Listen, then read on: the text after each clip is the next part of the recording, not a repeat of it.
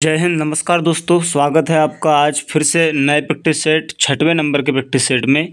और दोस्तों ये जो प्रैक्टिस सेट है ये प्रीवियस ईयर का क्वेश्चन पेपर है। जो क्वेश्चन पेपर कराने का मेन उद्देश्य है, अभी हम कम से कम 10 प्रैक्टिस सेट करेंगे जिससे आपको एक अनुभव हो जाए कि किस प्रकार से जो एग्ज़ाम का लेवल रहने वाला है, और उसके बाद इंपॉर्टेंट क्वेश्चनों की क्लास लेकर के आएंगे, है ना। तो दोस्तों आज का जो आपका प्रैक्टिस सेट है ये आपका रामगढ़ जो है कैंट है उसका दोस्तों ये पेपर है जो आया था प्रीवियस ईयर में। और थोड़ा सा मैं आपको बता दूं, वीडियो क्वालिटी थोड़ी सी लो हो सकती है, इसलिए 360 पर अपनी वीडियो क्वालिटी को सेट कर लेना, जिससे अच्छा खासा जो है आपको ये वीडियो भी दिख जाएगा, है ना। तो एक एक करके सारे क्वेश्चनों को करेंगे और ईमानदारी से वीडियो के लास्ट में 30 में से आपके कितने क्वेश्चन सही हुए ये बता देना, ठीक है। तो जी के जीएस के टोटल कितने क्वेश्चन करने वाले हैं अपन? 30 क्वेश्चन करने वाले हैं। तो चलो स्टार्ट करते हैं वीडियो को, ज़्यादा लंबा नहीं करेंगे, आपका भी समय नहीं लेंगे और आपको भी अपनी तरफ से एफर्ट लगाना है, बुक को रेगुलरली पढ़ना है। और दोस्तों बुक को आप रेगुलरली पढ़ते हैं तो यहाँ के भी क्वेश्चन आपसे बहुत कुछ अच्छे खासे बन जाएंगे। तो दोस्तों यहाँ पर पहला क्वेश्चन है इस प्रकार से, जैसे कि आप यहाँ पर स्क्रीन पर आप अपने स्क्रीन पर देख रहे होंगे कि यहाँ पर पहला क्वेश्चन में बोला गया है कि भारत की सबसे बड़ी सिंचाई नहर कौन सी है ना। ऑप्शन में है सरहद नहर, यमुना नहर, या ऊपरी बारी दोआब नहर, या इंदिरा गांधी नहर। तो थोड़ा सा वीडियो क्वालिटी कम है, लेकिन दोस्तों आपको पेपर का अनुभव कराने के लिए इतनी भी क्वालिटी ठीक है, क्योंकि थोड़ा सा एडजस्ट कर लीजिएगा, ऐसा ही क्वालिटी है, तो इसे देख लीजिए आप। तो बता रहा हूँ कि भारत की सबसे बड़ी नहर जो है वो इंदिरा गांधी नहर है। जिन भी भाई ने ये ऑप्शन नंबर डी दिया है ये उनका करेक्ट आंसर होगा। नेक्स्ट क्वेश्चन पर चलेंगे कि दिल्ली की प्रथम महिला शासक कौन थी। तो दोस्तों आपको बता दूं कि आपके जीके जीएस में आपको मैं दिल्ली सल्तनत जो है, दिल्ली सल्तनत बहुत इंपॉर्टेंट है, एक क्वेश्चन देखने को मिलता है। तो वहीं पर दोस्तों दिल्ली सल्तनत की एक महिला थी जिसे प्रथम मुस्लिम महिला शासक बनी थी, और वो कौन थी? ऑप्शन है चांद बीवी, नूरजहां, या सुल्तान रजिया सुल्तान, या बेगम हजरत महल। तो मैं आपको बता दूं आपका वो रजिया सुल्तान करेक्ट आंसर होगा। और रजिया सुल्तान कौन थी दोस्तों? तो रजिया सुल्तान दोस्तों एक इल्तुतमिश नाम का शासक था। कौन? इल्तुतमिश, ठीक है, इल्तुतमिश की बेटी थी। कभी आ जाता है कि रजिया सुल्तान किसकी बेटी थी, तो वो इल्तुतमिश की बेटी थी। और इल्तुतमिश कौन था? तो इल्तुतमिश दोस्तों एक इलवारी कबीले का तुर्क था, जिसने दोस्तों बड़े मुश्किल से जो है दिल्ली सल्तनत में दोस्तों एक बार अपन भी खुद गद्दी हासिल की थी और अपनी बेटी को दोस्तों शासक के रूप में बैठा दिया था। मतलब पहली महिला शासक कौन थी? रजिया सुल्तान थी, और बहुत प्रभावशाली शासक थी, बताया भी जाता है दोस्तों इसके बारे में, कभी पढ़ना है इसके बारे में डिटेल से। तीसरा क्वेश्चन है कि राज्यसभा के सदस्य का कार्यकाल कितने वर्ष का होता है। तो ये रिपीटेड क्वेश्चन है, मैंने अभी बताया था कि राज्यसभा के सदस्यों का कार्यकाल 6 वर्ष का होता है, 5 वर्ष वगैरह मत लगाना, ठीक है ना। तो 6 वर्ष का कार्यकाल होता है। इसका नेक्स्ट क्वेश्चन है कि मीनावक्कम अंतर्राष्ट्रीय एयरपोर्ट कहाँ पर है ना। तो ये दोस्तों बंगलुरु में होगा, या हैदराबाद में, या कोयम्बटूर में, या चेन्नई में। तो मैं आपको बता दूं ये है आपका चेन्नई में। चेन्नई आपका करेक्ट आंसर होगा, आपको ये बात याद रखना है। चेन्नई जिन भी भाइयों ने आंसर दिया है उनका आंसर यहाँ पर पूरा 110% करेक्ट होने वाला है। अब इसके बाद नेक्स्ट क्वेश्चन पर चलेंगे कि निम्नलिखित में से कौन से राज्य बुद्ध के जीवन से संबंधित नहीं है ना। यहाँ पे 4 ऑप्शन दिए गए हैं, इनमें से कौन का संबंध बुद्ध के जीवन काल से नहीं है। तो मैं बता दूं कौशल से नहीं है, या मगध से नहीं है, या गांधार से नहीं है, या अवंती से नहीं है। तो मैं आपको बता दूं दोस्तों कि यहाँ जो कौशल है, आपको बता दूं कि जो कौशल है यहाँ पर क्या बोला कि बुद्ध के जीवन से जुड़ा कौन सा था। तो कौशल जो है बुद्ध के जीवन से जुड़ा था, लेकिन गांधार नहीं था, ये तो अशोक से संबंधित था। और ये आपका बता दूं कि अशोक के शासनकाल से संबंधित था, जो अशोक ने इस जो है गांधार जो है नगरी को बहुत चमका भी दिया था बोलते हैं। लेकिन कौशल आपका जो है बुद्ध से जुड़ा था, ठीक है। तो आपको ये सही समझना है, ठीक है। इसके बाद दोस्तों एक क्वेश्चन है, थोड़ा डाउट वाला है। डाउट वाला इस प्रकार से है, मैं आपको बता दूं क्यों डाउट वाला है। कि यहाँ पर बोला गया है कि 1853, अगर से दोस्तों 1893 बोलता तो वो स्वामी विवेकानंद से रिलेटेड रहता, लेकिन यहाँ पर 1853 बोला है, तो इसमें मैं भी थोड़ा इसमें दिक्कत में हूँ। लेकिन मैं आपको इसका थोड़ा डाउट क्लियर ही कर दूंगा। यहाँ पर बोला है कि 1853 में शिकागो में होने वाले विश्व धार्मिक सभा में किसे एक प्रभावशाली हिंदू के रूप में सराहा गया। तो पहली बात आ जाती है, मैं यहाँ पर थोड़ा दिमाग लगाते हैं। गौतम बुद्ध का जन्म तो दोस्तों कब हुआ था? आपका 623 बीसी में हुआ था। अब 623 बीसी में गौतम बुद्ध का जन्म हुआ था, तो 1853 में तो वो नहीं आ सकते, ठीक है ना। ये आंसर मेरे हिसाब से गलत हो जाएगा। इसके बाद अगर से स्वामी विवेकानंद की बात करें तो इनका तो जन्म कब हुआ था? स्वामी विवेकानंद का जन्म सभी लोग जानते हैं, 1800 कब हुआ था? 63 में हुआ था, ठीक है, 1863 में हुआ था। तो दोस्तों ये 53 में दोस्तों 1863 में जब स्वामी विवेकानंद का जन्म हुआ था, तो ये तो 53 की बात कर रहा है, तो ये नहीं होगा दोस्तों, ये भी नहीं हो सकता। लेकिन 1893 बोल देता तो दोस्तों इनका थोड़ा संभावना थी, यहाँ पर स्वामी विवेकानंद ही आते हैं ना। लेकिन यहाँ पर रविन्द्रनाथ टैगोर की बात बोला है, तो रविन्द्रनाथ टैगोर भी मेरे हिसाब से नहीं होगा, क्योंकि इनका ही भी जन्म जो है 1800 कब हुआ था, 61 में हुआ था। अब रही बात जो है स्वामी विवेकानंद का जन्म, स्वामी दयानंद सरस्वती का जन्म लेकिन 1824 में हुआ था, तो मेरे हिसाब से आंसर स्वामी दयानंद सरस्वती होगा। और मैं आपको ये भी होमवर्क भी देता हूँ, आप भी इसे जो है खोज करके बताइएगा, क्योंकि एक एक नंबर इंपॉर्टेंट होता है। लेकिन अगर से देखा जाए तो इनका जन्म जो है बहुत ये डेट के आसपास भी नहीं है, तो मेरे हिसाब से ये जो है तीनों ऑप्शन ये गौतम बुद्ध, स्वामी विवेकानंद और रविन्द्रनाथ टैगोर गलत होंगे, लेकिन स्वामी दयानंद सरस्वती के ऑप्शन लग रहे हैं मुझे करेक्ट होने के, ठीक है ना। तो ये इसके फिर भी 70% चांसेस है, तो आप इसे भी क्लियर कर लीजिएगा, लेकिन मेरे हिसाब से तो क्लियर है वैसे। और रविन्द्रनाथ टैगोर को दोस्तों साहित्य के क्षेत्र में नोबेल मिला था, ये भी याद रखना है कि अगर से पूछ जाता है कि साहित्य के क्षेत्र में नोबेल किसे मिला था, तो वो रविन्द्रनाथ टैगोर को मिला था और पहले भारतीय थे, ठीक है, ये भी बात याद रखना है।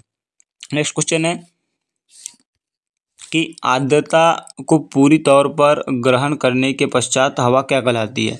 विशिष्ट आर्द्रता, शुद्ध आर्द्रता, भरी हुई हवा, या दोस्तों आपेक्षिक आर्द्रता। तो मैं बता दूं कि आर्द्रता को पूरी तौर पर ग्रहण करने के पश्चात जो हवा होती है वो सैचुरेटेड एयर कहलाती है, मतलब भरी हुई हवा कहलाती है, ठीक है ना।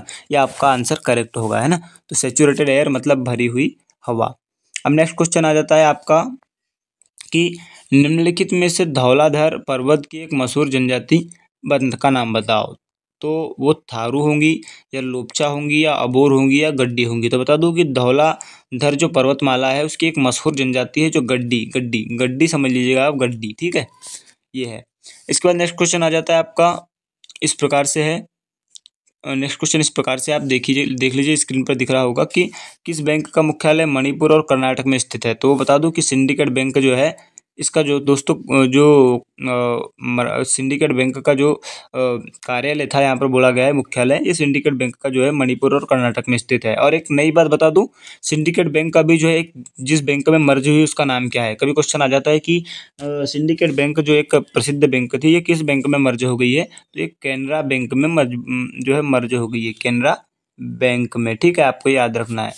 अब इसके बाद नेक्स्ट क्वेश्चन आ जाता है कि भूमध्य रेखा खालिस्तान डिग्री मध्याह्न पर स्थित है। तो बता दो ये सिंपल सा क्वेश्चन है, 0 डिग्री अक्षांश पर जो है स्थित है, ठीक है, 0 डिग्री अक्षांश पर, ये ऑप्शन भी दिया है यहाँ पर, ठीक है। इसके बाद आ जाता है कि खासी और गारो जनजाति मुख्य रूप से कहाँ रहते हैं। तो दोस्तों खासी और गारो जनजाति मुख्य रूप से कहाँ रहते हैं, ये आपका ऑप्शन है। तो दोस्तों यहाँ पर हो जाएगा कि जो ऑप्शन है मेघालय, मणिपुर, नागालैंड, मिजोरम में नॉर्थ ईस्ट के कुछ कुछ राज्य दिए हैं। तो मैं बता दूं कि मेघालय से जो है संबंधित है खासी और गारो जनजाति का, ठीक है। और अगर से वही एक आ जाता है कि मोपिन जनजाति कहाँ से है, तो मोपिन जनजाति आपकी दोस्तों मेरे हिसाब से अरुणाचल प्रदेश से है, ये भी आपको बात याद रखना है। अब नेक्स्ट क्वेश्चन आ जाता है कि भारत का सबसे प्रसिद्ध यूरेनियम खदान खालिस्तान में है, कहाँ पर है? वासी में है, या मनाव कुरिची में है, या जादूगुड़ा में है, या गौरी बिदानूर में है। तो समझ लीजिएगा कि दोस्तों यूरेनियम एक सबसे महंगी दोस्तों एक प्रकार से जो है चीज़ है हमारे भारत में दोस्तों, एक कहीं भी पूरे वर्ल्ड में देखा जाए तो सबसे महंगी चीज़ है ना। तो ये दोस्तों जादूगुड़ा में स्थित है। कहाँ पर स्थित है? जादूगुड़ा में स्थित है, ठीक है, आपको क्या याद रखना है कि जादूगुड़ा में स्थित है, ठीक है दोस्तों। अब नेक्स्ट क्वेश्चन आ जाता है आपका कि लाल बहादुर शास्त्री राष्ट्रीय अकादमी कहाँ स्थित है, ठीक है। लाल बहादुर शास्त्री राष्ट्रीय अकादमी कहाँ स्थित है आपको बताना है। तो मैं बता दूं दोस्तों ये लाल बहादुर शास्त्री राष्ट्रीय अकादमी आपकी उत्तराखंड मसूरी में स्थित है, ठीक है, उत्तराखंड मसूरी में स्थित है, ये आपको करेक्ट बात याद रखना है। इसके बाद नेक्स्ट क्वेश्चन आ जाता है कि कांग्रेस का प्रथम अधिवेशन कहाँ पर हुआ था? कलकत्ता में, बॉम्बे में, दिल्ली में, या सूरत में। तो आपको बता दूं जो बॉम्बे है, बॉम्बे का नाम पहले बम्बई था, ये भी बात याद रखना है, बम्बई था। और ये बॉम्बे में जो है प्रथम अधिवेशन कांग्रेस का हुआ था। और कांग्रेस के अध्यक्ष कौन थे? पहले आपको भी आता है कि जो वो एओ हुम थे, जो एओ हुम जो है कांग्रेस के एक प्रसिद्ध व्यक्ति थे, समझ लीजिएगा आप, है ना। लेकिन बॉम्बे में जो है पहला अधिवेशन हुआ था, ये बात आपको ध्यान में रखना है। इसके बाद नेक्स्ट क्वेश्चन आ जाता है कि कौन सा है कि कम्बाला एक पारंपरिक भैंस दौड़ का आयोजन है जो किस राज्य में किया जाता है। तो एक कम्बाला एक पारंपरिक दौड़ है जिसका आयोजन किस राज्य में किया जाता है, ये 15वें नंबर का क्वेश्चन है। तो यहाँ पर ऑप्शन है तेलंगाना, केरल, कर्नाटका, तमिलनाडु। तो मैं बता दूं कि कर्नाटका में इसका आयोजन किया जाता है, जो एक कंबाला पारंपरिक भैंस दौड़ होती है, ठीक है। इसमें देखते हैं कि यानी भैंसों की दौड़ कराई जाती है एक प्रकार से। इस प्रकार एक अब अगला क्वेश्चन आ जाता है कि तांबे का गलनांक डिग्री सेल्सियस में कितना होता है? 100 डिग्री सेल्सियस, 1085 डिग्री सेल्सियस, इनमें से कोई नहीं है, 1038 डिग्री सेल्सियस। बता दूं कि दोस्तों 1085 डिग्री सेल्सियस आपका करेक्ट आंसर होगा, जो तांबे का गलनांक होता है। तांबे का गलनांक 1085 डिग्री सेल्सियस होता है। अब नेक्स्ट क्वेश्चन आ जाता है कि मुंह के पीएच का मान खालिस्तान से कम होने पर दांतों का क्षय प्रारंभ हो जाता है। मतलब कितना जो है कितना पीएच मान अगर से कम हो जाएगा पीएच मान, तो अपना जो है दांतों का जो है क्षय प्रारंभ हो जाता है, दांत गिरने चालू हो जाते हैं। इस प्रकार से यहाँ पर बोला गया है। तो मैं आपको बता दूं एक बात कि अगर से आपका पीएच मान दोस्तों 7 है, ठीक है, तो 7 से कम अगर से पीएच मान रहता है तो वो क्या होता है? अम्ल रहता है कोई भी चीज़। और अगर से 7 से अधिक पीएच मान रहता है तो वो क्या रहता है? क्षार रहता है। ये भी बात आपको याद रखना है। लेकिन यहाँ पर बोला गया है कि दांतों का कितना कम हो जाता है पीएच मान, तो दांतों का क्षय प्रारंभ होता है, तो वो हो जाता है 5.5, ठीक है। ये लिखा है 5.5, अच्छे से विजिबल नहीं हो रहा होगा, लेकिन 5.5 अगर से हो गया तो आपका ये क्षय प्रारंभ हो जाता है। इसके बाद नेक्स्ट क्वेश्चन आ जाता है आपका दोस्तों यहाँ पर कि गन्ना चीनी का आणविक सूत्र क्या है? तो गन्ना चीनी का आणविक सूत्र आपको मैं बता दूँ, इसमें होता है दोस्तों कार्बन 12, हाइड्रोजन 22 और ऑक्सीजन 11, ठीक है। तो ये आपका आंसर करेक्ट होगा, कार्बन 12, हाइड्रोजन 22 और ऑक्सीजन 11।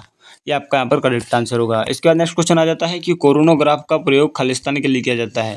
तो दोस्तों बड़ा अच्छा सा क्वेश्चन है। जो कोरोनोग्राफ का जो है उपयोग होता है, ये सूर्य के प्रकाश को अवरुद्ध करने के लिए किया जाता है। तो आप ऑप्शन में देखिए सूर्य से रिलेटेड कोई भी क्वेश्चन है क्या?